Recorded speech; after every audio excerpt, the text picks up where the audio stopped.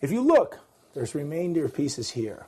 If I had just bought a little bit of material, but you can see I have an entire roll here, I could take these small pieces that are left over and cut them to make the sleeves. I have the entire bolt here, so I won't need to do that. But here's the top cut. Now, it's a turtleneck, so the first thing I do is, that's the very front corner right here on my neck. And now I know my neck dimension is 16 3/4, so I divide that by 4 because there's going to be this bit and that bit. That would be all 4 pieces. There's the turtleneck piece.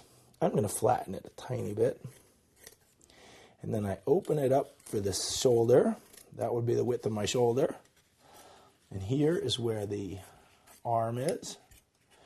And there's not much material for the front or for the back. So I'm just going to cut a little tiny circle there.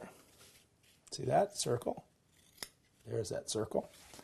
And now I cut the back is slightly higher than the front by about 1 inch. There's the back.